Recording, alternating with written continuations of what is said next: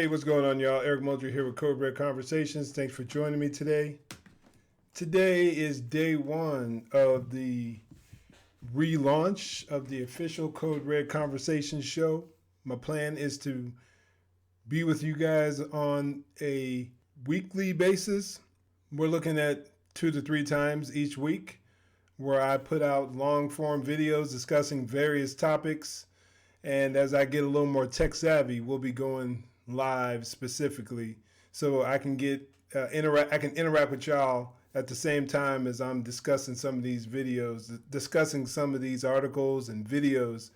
So we're going to make it fun. You guys will be seeing a whole lot more of me in the next days, weeks, and months to come, Lord willing. So let's get started. I found a very interesting article here, and I really wanted to share it with y'all today.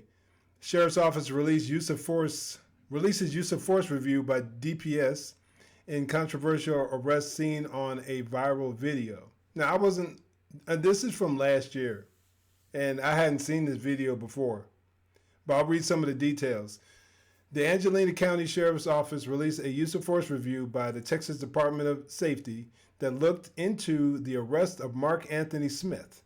Deputies Brandon Rainwater, Rodney Nash, and Tyler Dew arrested Smith on April 4th, 2020. Now, don't those guys sound like some police officers or some Texas Rangers from the backwaters somewhere? Just their names. Forgive me, but I couldn't help but note that. Rodney Nash, Tyler Dew, Brandon Rainwater. Anyway. A video of that arrest shows 3 deputies arresting Smith. The arrest became violent when the deputies hit Smith in the head with the butts of their gun, as well as kick and hit Smith. The reviewer believes Smith restrained the complainant and exposed her to substantial risk by blocking her vehicle with his vehicle, and produced a firearm which he reportedly aimed at the complainant while she sat in her vehicle. Let's read some of his charges. Smith was charged on 4 felony charges of assault on a police officer, resisting arrest, search, transport, unlawful restraint, and disarming or attempting to disarm a police officer. However, he was issued a no bill by the grand jury, Sheriff Sanchez said. So from what I gather, before we get into this video, Smith was his girlfriend or someone that was related to him, girlfriend, wife, called and said that he was blocking her in, as you can see right here, and wouldn't let her leave, and that he was in possession of a gun. And if I'm not mistaken, he was known to be violent. And this is the information that the police had prior to their arrival. So let's check this video out. So I can make this a little bigger. I think I'll leave it here so we can see it.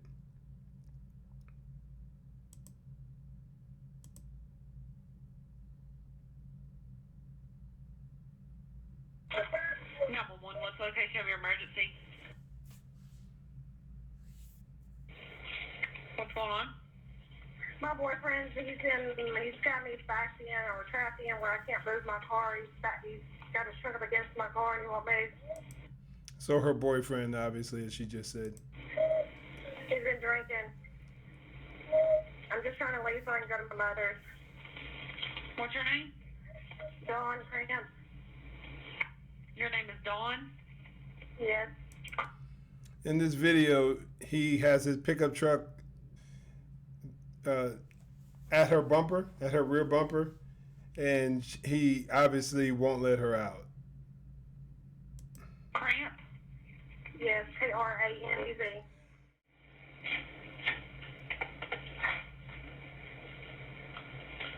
And what's his name? Mark Smith.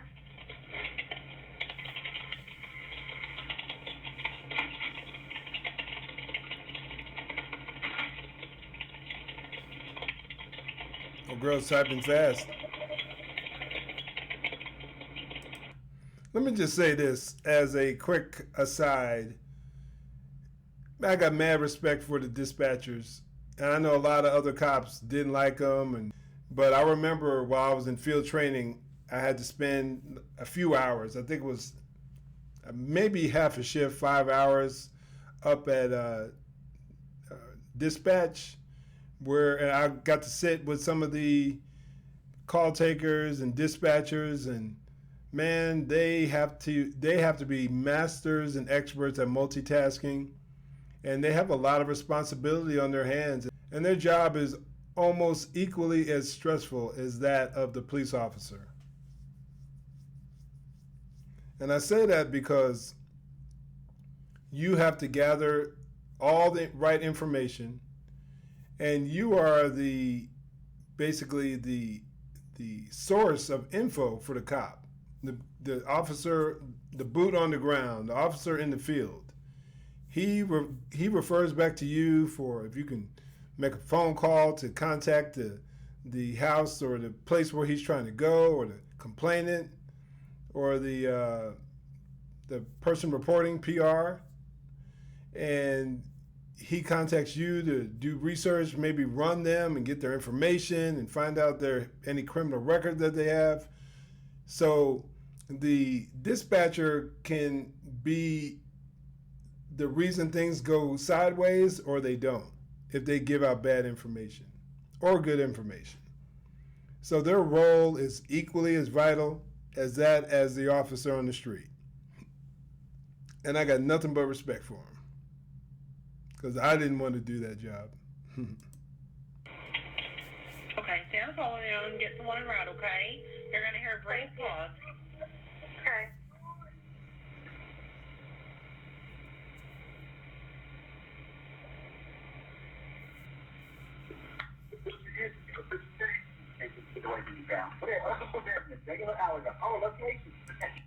Now, I don't know how in sync the video is from the 911 call, but I'm pretty sure she stated that he was in possession of a gun.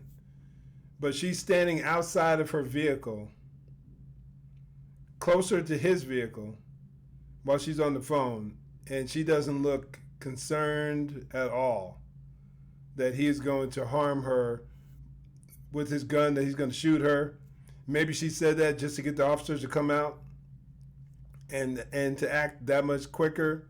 I'm not sure.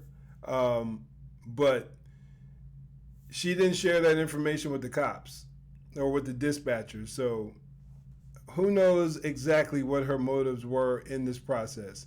And that's another thing. An officer doesn't know. When he arrives on the scene, there's so much that he doesn't know, because there's so many times when we're given information, we're given bad information, or we're just given a part of the story. And oftentimes we're just given the PR, the person reporting side of the story. And then upon arrival, it could be a total lie, or it could be just a small portion of the story, and you have to figure out what really is going on. So that's super awesome.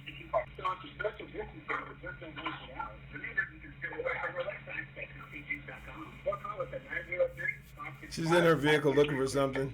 I know they put her on hold or something. Okay, Dawn, are you there? Yeah. What kind of vehicle is he in? She's on a 2017 or 18 Ford F-250, dark blue. And what caused you to want to leave? Because he's drinking and being belligerent. We have this fire thing going around, and I did not want to go to the lake. He wants to drink. I got out of the vehicle and started walking because I don't want to be, we're not supposed to be out doing stuff like that. We're supposed to be staying at home, wearing a mask. And he wants to just start drinking more and more and more. So I had a mom come pick me up, drive me back to my car. I get outside because I packed me a small bag to go to my mom so he can cool off.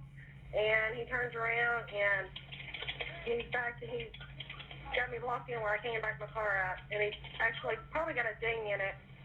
And I live here. Okay.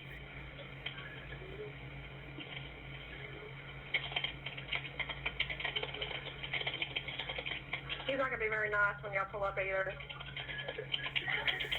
Do you know if he has any weapons? I have no idea. Okay, she says she doesn't know whether he has any weapons or not. But as I look at the report, it says the reviewer believes Smith restrained the complainant and exposed her to substantial risk by blocking her vehicle with his vehicle and producing a firearm which he reportedly aimed at the complainant while she sat in her car. Let me back up a little bit and see if she changed her story or maybe I misheard them.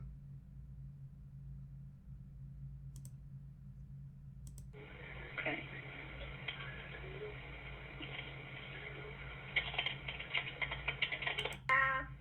And he wants to just start drinking more and more and more. So I had a mom come pick me up, drive me back to my car. I get outside because I packed me a small bag to go to my mom so he can cool off. And he turns around and he's got me locked in where I can't get back my car out. And he actually probably got a ding in it. And I live here. Okay.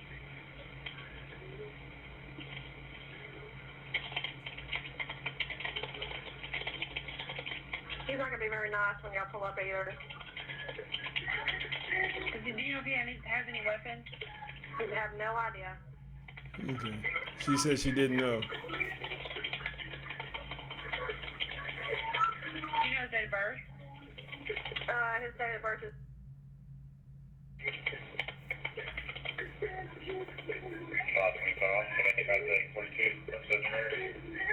10-4, show you en route to... He's pushing my car. I'm 28 myself, 39 and right with him. 10-4, be advised the complainant is pushing her car at this time. Yeah, he's actually pushing my car. Okay. He told me I had to get all my shit out now. Which there's no way I can do that. This whole house is full of my stuff. I'm 28 myself, 39. Man, a domestic can escalate so quickly. There's oftentimes there's so much emotion tied to these calls, and things can get ugly so quickly. Right with him. Yep, 39. What does your house look like? You hear him? This is what he's doing. What does your house look like, Miss Dawn? You can see the exhaust and him revving up his car. Can't tell from our angle whether he's pushing her vehicle or not. It's a brick house. I can hear him. What kind of vehicle are you in? I'm in a black 300 Chrysler.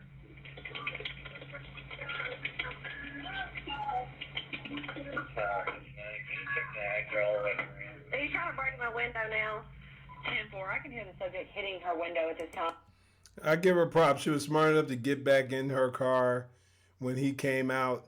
She didn't confront him. Probably got in her car, locked the door. Smart woman. Ladies, even gentlemen, learn some lessons from her because she knew what she was doing. If you can avoid a confrontation, avoid a conflict, do that. Get on the phone, make a call to the police, and let them come and get the job done. Don't put yourself out there at risk and end up hurting yourself or trying to be a superhero, especially the fellas, trying to be tough guy, whatever. Man, cooler heads prevail, and keep yourself safe and let the law, and there's video footage, so she's got that on her side. So let the law handle it. That's your best bet. And old boy gets out with a drink in his hand, out of his vehicle. So, and he's looking also, on top of everything else, he's looking at a possible DUI if he gets found to be under the influence. He's going inside now. His truck's still blocked behind mine.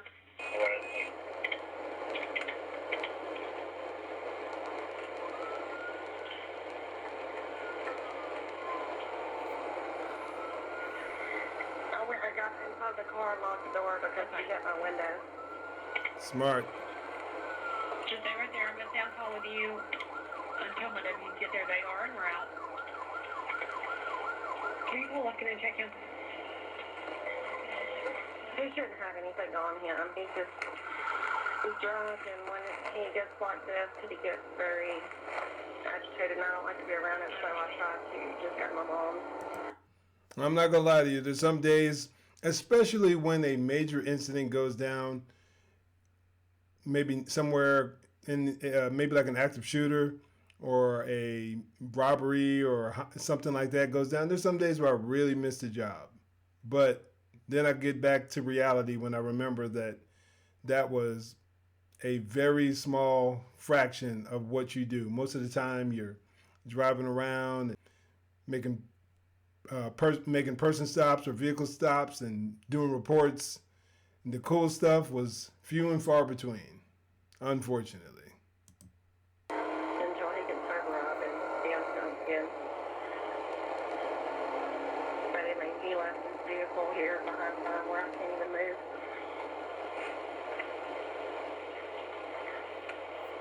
He's come out with a gun. Yeah, she just said he came out with a gun. So that's where the gun came into play. He didn't have one initially, and he went inside and came out with a firearm.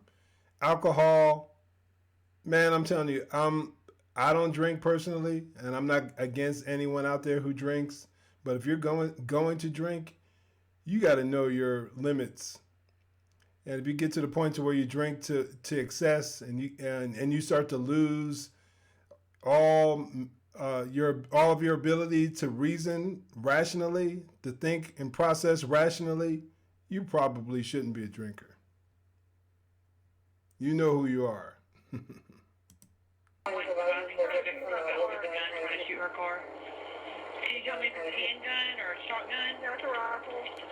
We're trying to make what you did. Okay, well, it's going to be a rifle. Don't use it too because it's got armor piercing in it. Can you get to safety or?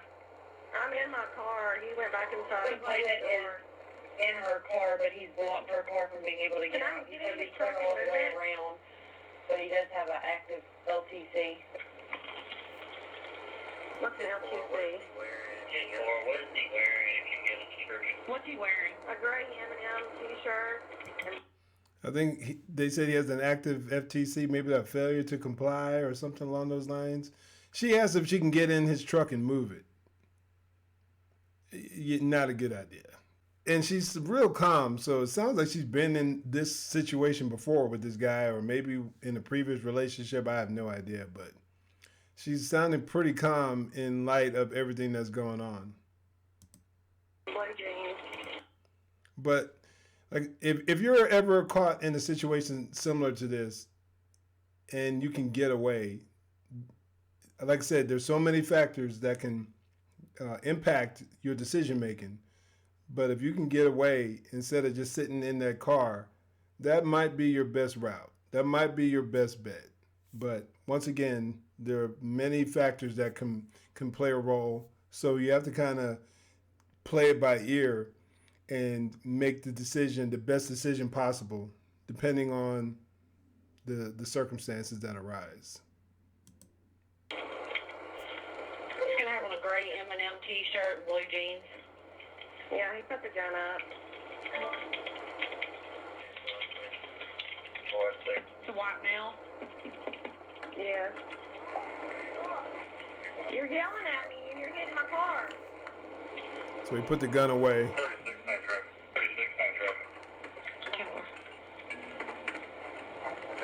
put the gun up, you said? Yes, he did. All responding in a complaint about that he's put the gun in the house at this time. I don't know if he has one in behind his back in his back shirt or not, but I don't think he does. So he put the gun away, the rifle away, but good point she brought up was you don't know what he has on his person. He could have another firearm, a handgun in his waistband or in his pocket. So when the officers, as they arrive, they still don't know what the threat level is. So they need to respond. They need to make sure that they respond as if the threat is still there, because they haven't made that determination that the scene is safe or not yet.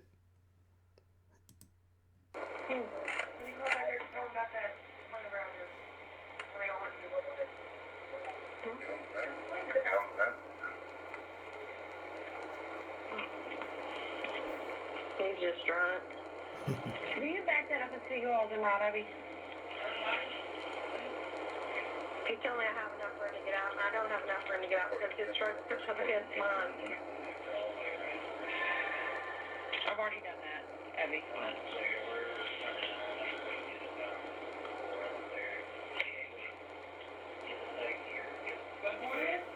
After that, just the last couple. Police are still arriving. Or they're still driving, trying to get there. Okay, I didn't even hear him come on. I've got 2 guns inside of mine, too. I'd like to be able to have them before he comes out trying to drive my shit. I mean, I understand. Well, my deputies will be there in just a moment, okay? he's just really starting to scare me Is he now. still in the house right now? Yeah, he's still in the house. I just wanted to stop. I understand. It's going to be a brick house with a black Chrysler 300. There's a white Ford Mustang there too. She's getting out of her car. A white Ford Mustang and a dark blue F-150. A white Ford Mustang and a dark blue F-150. Now the Ford Mustang, there's another Mustang there that I don't know if it's hers or if it's maybe someone she's related to. I think she went in there because she said that there were other firearms in there and she didn't want him to have access to it. The door's unlocked, or maybe she just unlocked it. But I wonder if it was possible that if she could have gotten into the white Mustang and secured her car and took off just for safety's sake. But this whole situation is just really odd looking at it from the outside, looking and watching it from the camera perspective. Really strange.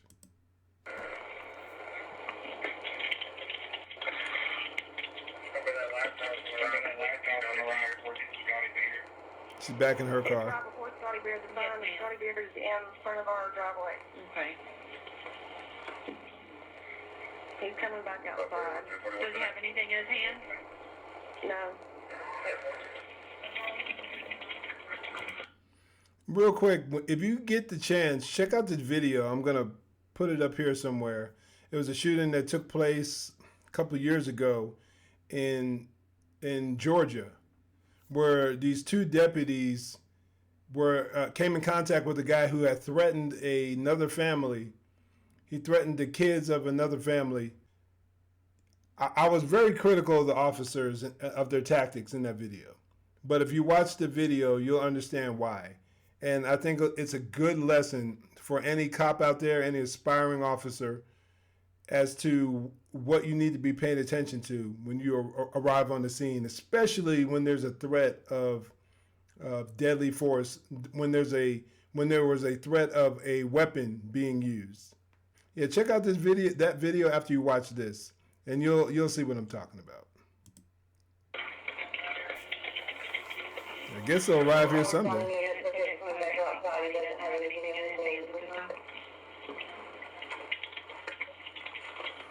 Here they come. Cops are arriving. You're a drunk. You're drunk.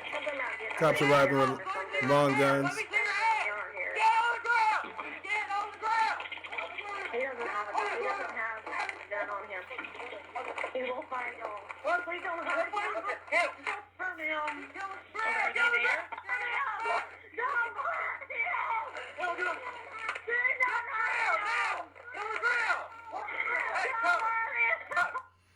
Okay, couple of observations right here.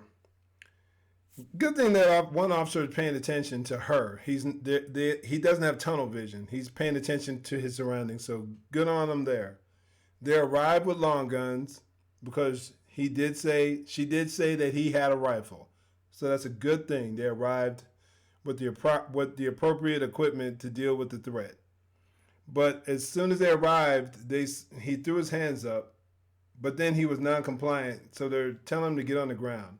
They're trying to get him on the ground while at the same time holding their rifle in one hand. And then one of these deputies just put his rifle on the ground in order to restrain him. Oh my gosh, you've got to be kidding me. Just put his rifle on the ground while he is yet to be fully restrained. that's not good.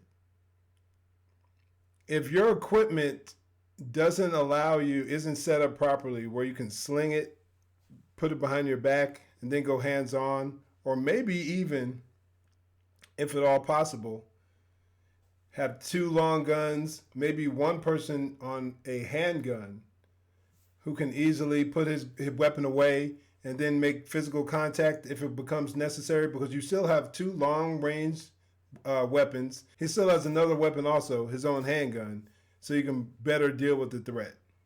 Just throwing some suggestions out there. But if you don't have a sling and you have to put your weapon on the ground in order to restrain a suspect, you are already in a bad situation, which can escalate and only get worse.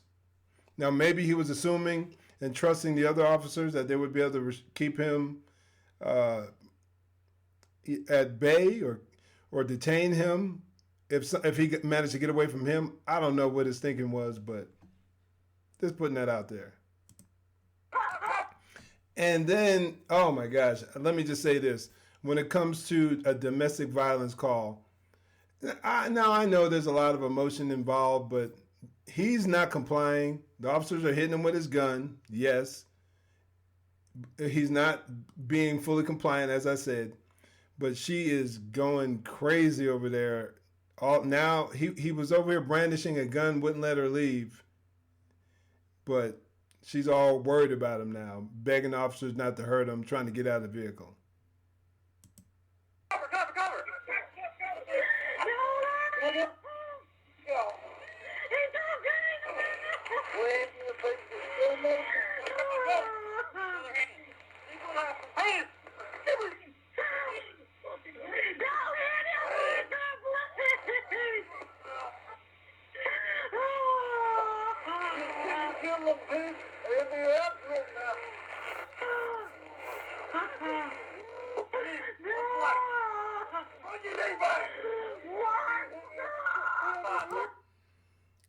From what I've seen so far now, I may need to rewind it and watch it again because I was thinking and talking over some of the video footage. But I haven't seen anything that looks too crazy. He's being combative. They're hitting him with the weapon.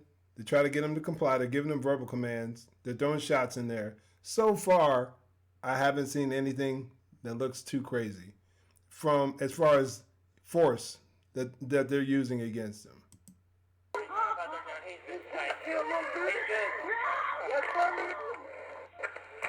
Okay, now that was totally unnecessary. He's already restrained, and for that officer to kick him or drop a knee on him, totally unnecessary. Completely unnecessary.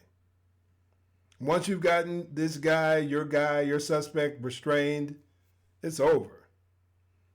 You got him secured. He's on the ground. He's prone. He's on his stomach on the ground.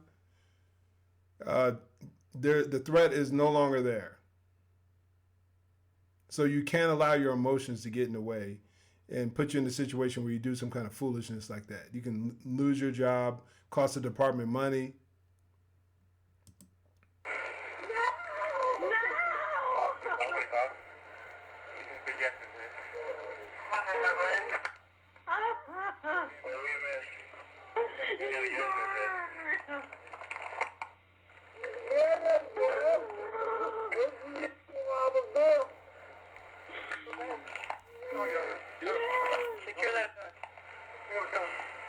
Jeez.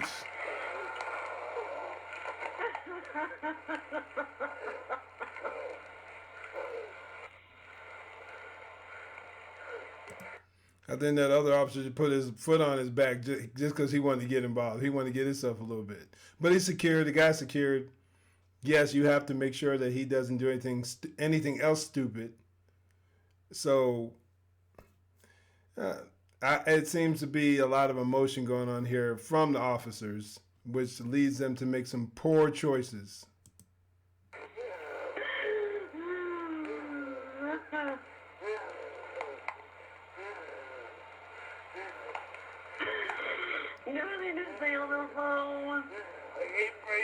Get off of visa.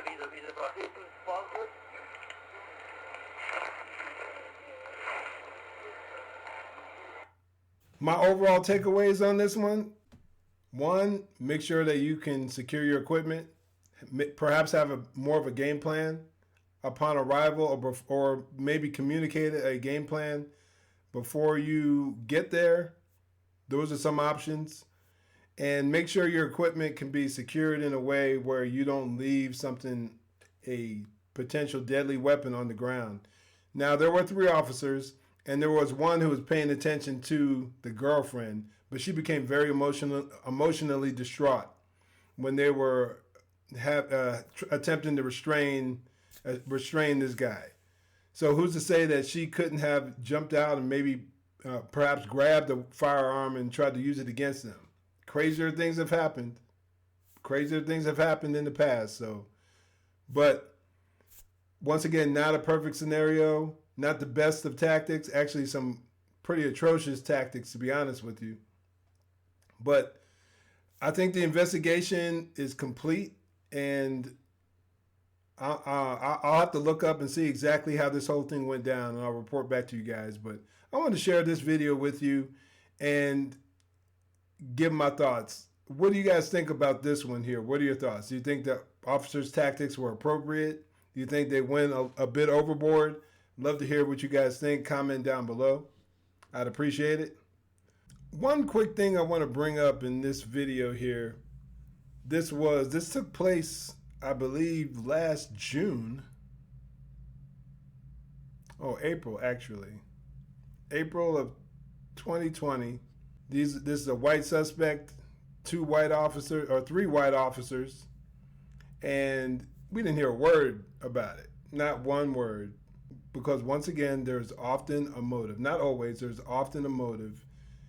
Anytime a situation like this goes down, a similar situation like this goes down, and there's a black suspect and white officers, people have a tendency, especially the BLM types, the Antifa types, politicians, they have a tendency to use this type of situation to move along, to forward their own political agenda. I don't know how many of y'all heard about it, but anyway. All right, this next video here, officer violently thrown into a boat trailer as driver flees cops in West Melbourne. Let's check it out. You here, shut the car for me. Shut the car. That was the first indication that something was not right with this driver, who police say they approached because he appeared to have passed out in the vehicle. Police say they tried to secure him for his safety and theirs. Get out of the car! Get out of the car! Watch again. The officer who reached in barely escaped even worse injury after he was dragged. The driver disappeared, but was spotted later and chased for several miles before crashing on Gardner Road. After the crash, police say the suspect jumped out of the vehicle and ran off with a simulated gun, as they called it, one that looks very real. Police drew their own guns and chased the man for some distance, but used a taser, not a firearm, to subdue him. Roll over! I'll get you again! Roll over! Roll over! Roll over! Don't move! The man was charged with aggravated battery on a law enforcement officer. The officer is stable. In Rockledge, Dan Billow, WESH 2 News. And police just identified that suspect as Blake Myers of Fort Lauderdale. He faces multiple charges, including aggravated battery and resisting law. I want to see that again. Shut the car. That was the first indication that something was not right with this driver. Yeah, if you tell a guy to shut his car off and he doesn't, oftentimes he has a plan. He's formulating something. Or he just could be a knucklehead. Who police say they approached because he appeared to have passed out in the vehicle. Police say they tried to secure him for his safety and theirs. Get out of the car! Get out of the car! Watch again. The officer who reached in barely escaped even worse injury after he was dragged. The driver disappeared, but was spotted later and chased for several... That could have ended really bad. Luckily, that officer This man fell and wasn't really dragged down the street or into that other boat that was nearby. Several miles before crashing on Gardner Road. After the crash, police say the suspect jumped out of the vehicle and ran off with a simulated gun, as they called it. One that looks very real. Police drew their own guns and chased the man for some distance, but used a taser, not a firearm, to subdue him. I'm trying to see if he had the weapon in his hands.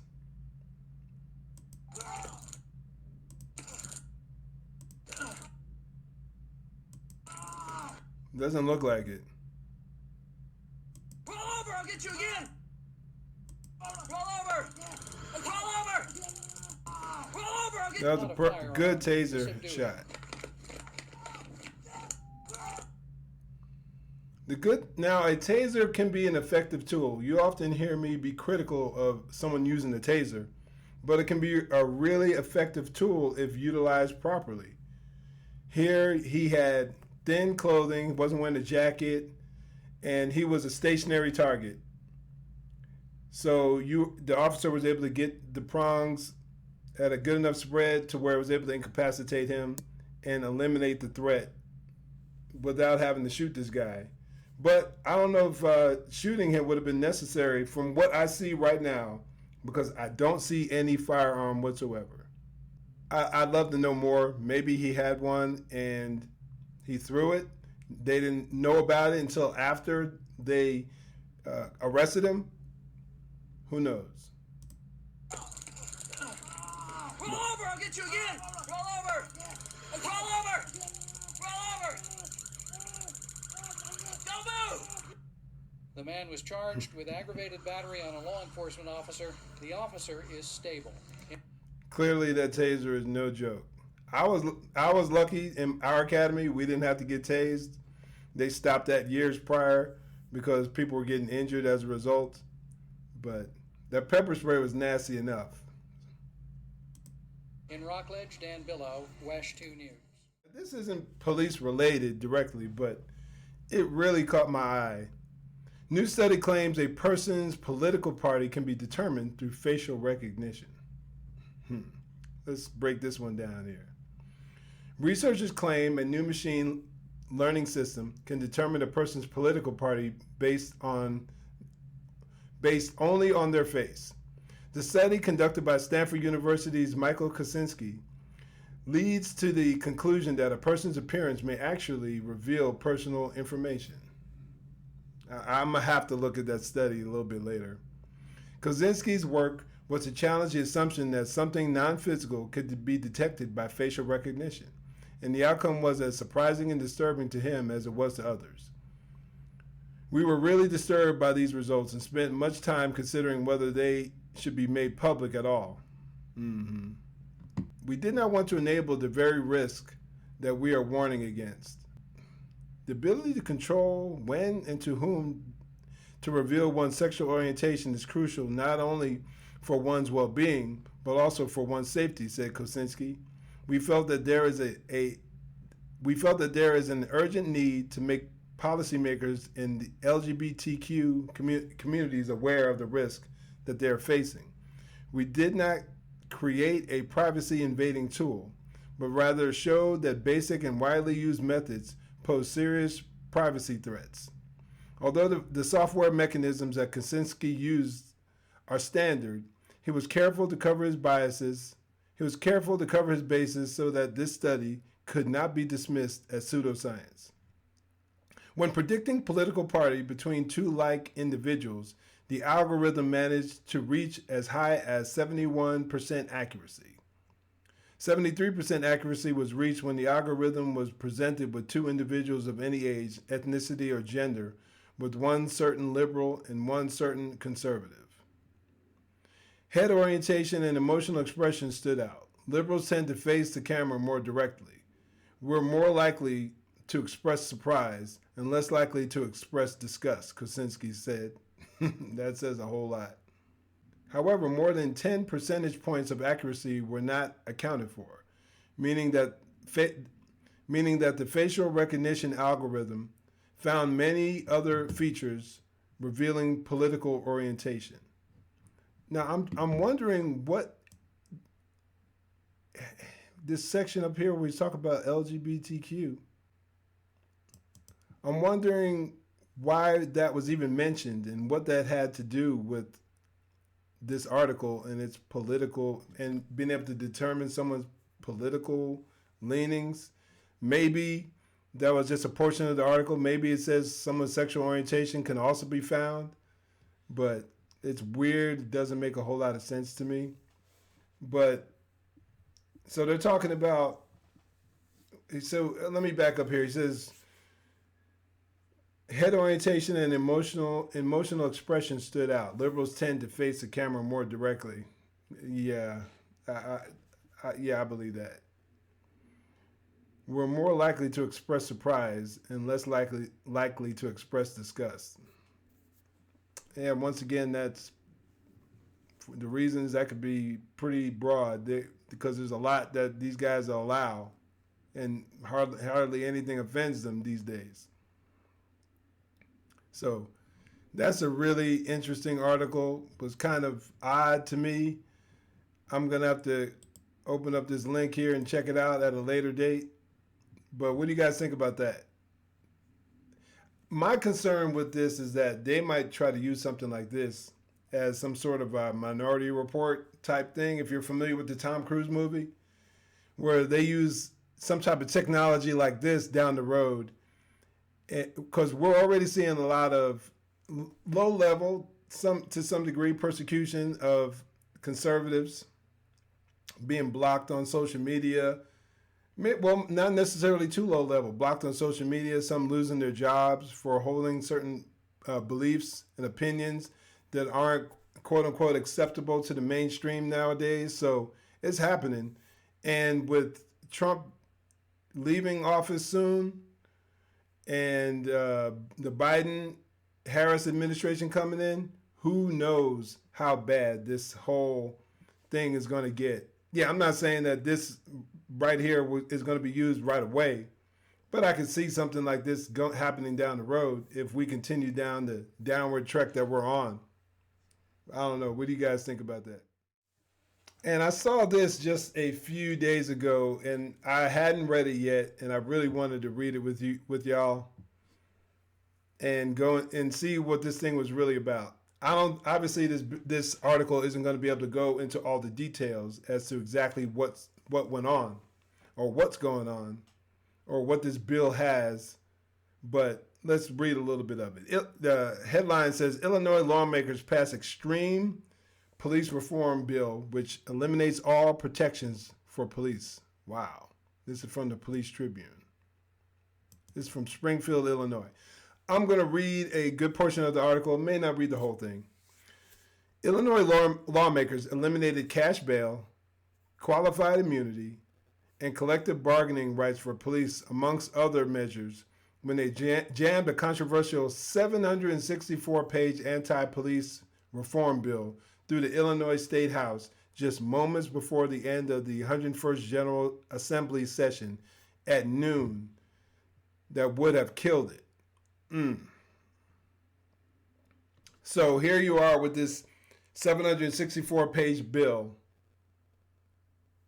moments before the General Assembly meets, before the end of the General Assembly.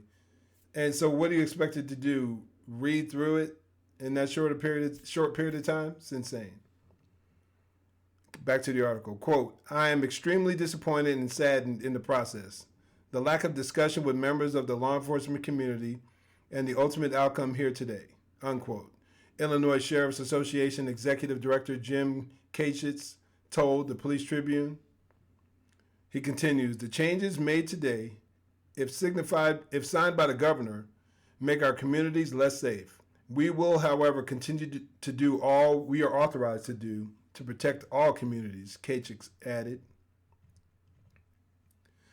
The state Senate passed the measure just before 5 a.m., so they actually passed it on Wednesday morning and immediately sent it to the House for approval, prompting outrage from the GOP lawmakers So the Senate passed it, sent it up to the House in Illinois, prompting outrage from GOP lawmakers and police officials.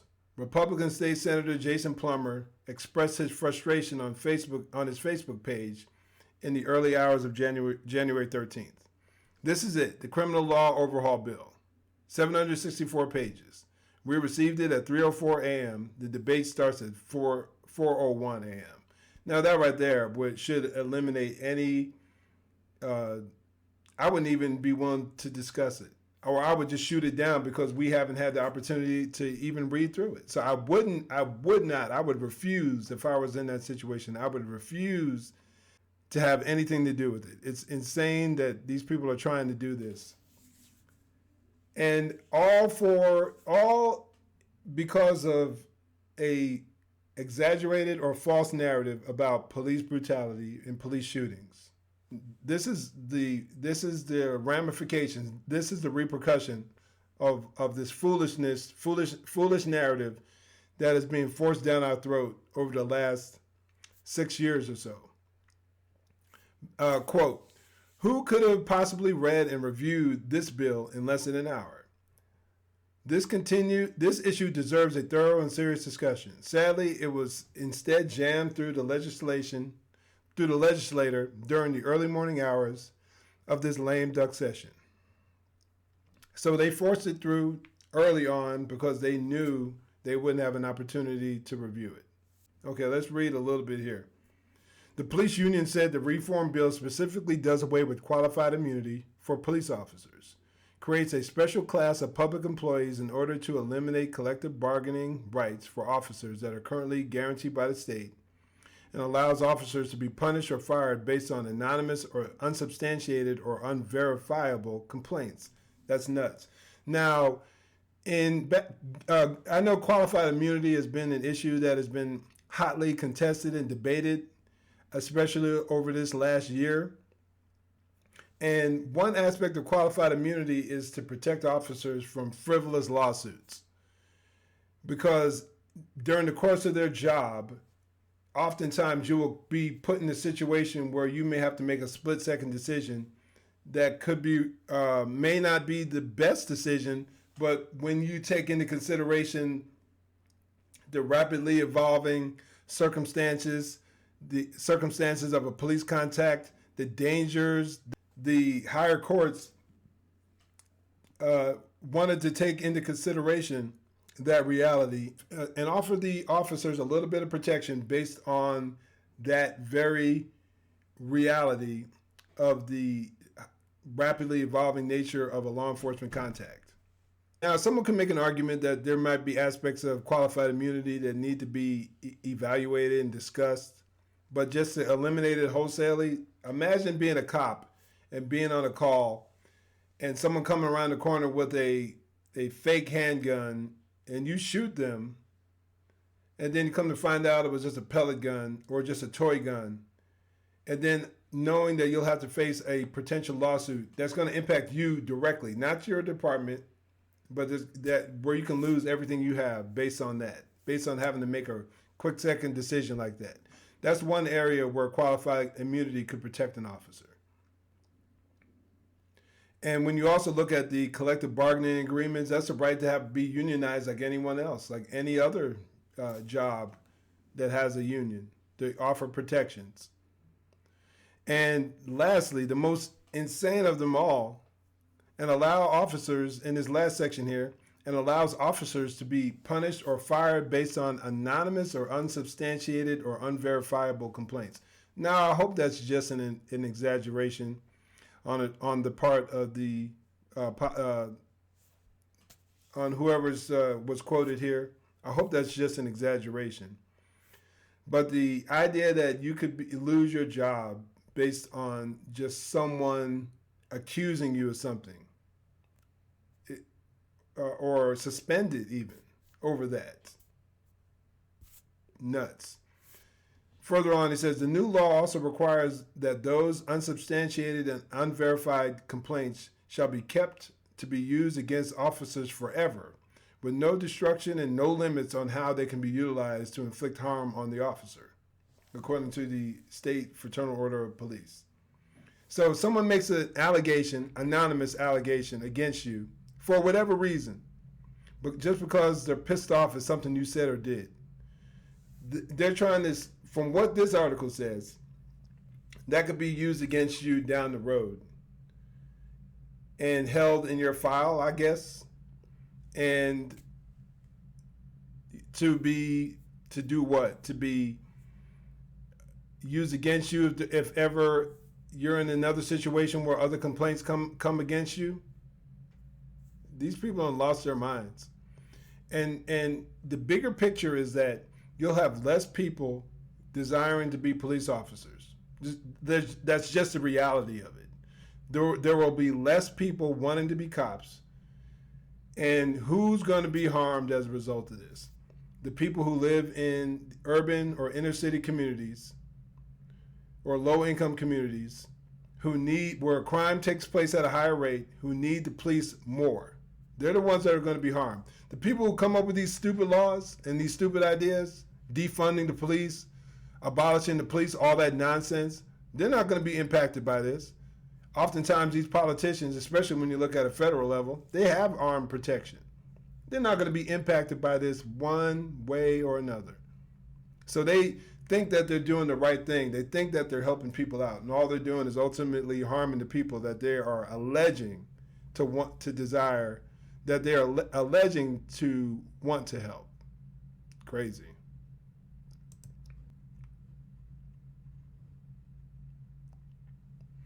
New York City shootings and homicides soared in 2020, crime data shows. Now, I wonder why that is the case. I think we know. Shootings and murders skyrocketed in 2020 throughout the Big Apple. The NYPD said, as it released the year-end crime data late Wednesday, the number of shootings soared 97% from 777 in 2019 to 1,531 in 2020. Wow. And murders jumped by 44% from 319 to 462, according to the NYPD. Now, those numbers could be 90s level number, like the numbers that were from back in the 90s when homicides and shootings were all over the place in New York and across the country, as a matter of fact. The city watched violence cut through all 5 boroughs in 2020, sometimes taking down innocent victims in crimes that shocked the city, such as the shooting of 1-year-old DeVale Gardner, so sad, who was killed at a Brooklyn barbecue in July. Now, how much mainstream attention did that get? It got some, but one of the biggest victims of this whole BLM, Antifa movement, especially over the last few years, is the ignored inner city youth. When the homicide rates, the thousands that die, 5,000-6,000 plus that die every year, in particularly in the black community, with no mainstream attention brought to it. Instead, they want you to turn around and focus on the handful of unarmed shootings of black men, black women that take place each year. It just doesn't make sense. Now, as I always say, no one's saying ignore the shootings of unarmed black person. And once again, unarmed doesn't necessarily mean that you're not dangerous. In the neighborhood of 1,000 people die every year where no weapon is involved, where it's just they die at the hands, literally at the hands or feet of someone else. But they want you to focus on the handful of shootings, handful of deadly force encounters that take place where the police are involved. But don't you dare say a word about the thousands that die every year at the hand in the black community at the hands of another black person. You can't talk about that. Otherwise, you're supporting white supremacy, or you're a sellout, or you're Uncle Tom. That is literally insane. Literally, That's got to be one of the dumbest things I've ever heard in my life. But that's where we are. I remember as a kid when a bunch of rappers got together in the 80s and did a rap about self-destruction. And then I think someone else, some West Coast rappers, I think it was in the early 90s, were all in the same game or same gang or something along those lines, where it was like NWA and MC Hammer and a bunch of other rappers got together, rappers and singers, Michelle A., and they were talking about the violence that they inflict upon each other. Even though a lot of these cats, especially on the West Coast, were almost celebrating it with their music, there was some attention brought to it, and you weren't considered selling out by telling people stop killing each other, by telling black folks that. You weren't considered a sellout. But now, you can't bring that up. Or you're deflecting. You're trying not to address the issue. I don't know too many people that are trying to ignore the issue. We're just saying that you're making all the rage. Why can't we discuss this? Why and why aren't we discussing? Why can't we discuss this on one end? And shouldn't we be discussing this more? Because it leads to more death. But let's continue. The NYPD detectives cleared 54% of homicides that occurred within calendar 2020, the release states. The clearance rate for this violent crime reflects the NYPD's deep commitment to public service and will only continue to improve over time as investigations progress, the release states. Burglaries also shot up 42%, from 10,909 to 15,463, and car theft soared by 67%, from 5,422 to 9,038. The NYPD also boasts an all-time low in overall crime index. Okay, I'm gonna stop right there. Now, you may see an overall crime reduction, but you see an increase in violent crime, unquestionably. And I don't know too many people that would argue that there's not a direct correlation to the push to defund the police or abolish the police. And when in midsummer, when police officers were being attacked and shot at, and riots happening all over the country, especially in your major cities, and where you see that kind of foolishness going on, the citizens were the ones that suffer. I can't point that out enough. And like nowadays, all through the summer, you have people like Kamala Harris, you have people like Joe Biden, who were saying defund the police and then backpedaled. And if you don't believe me, just ask me down below in the comments and I will share you the video and give you a timestamp and everything and tell you exactly where to go, where he was in full agreement with the concept of defunding the police until he saw that it was affecting them politically.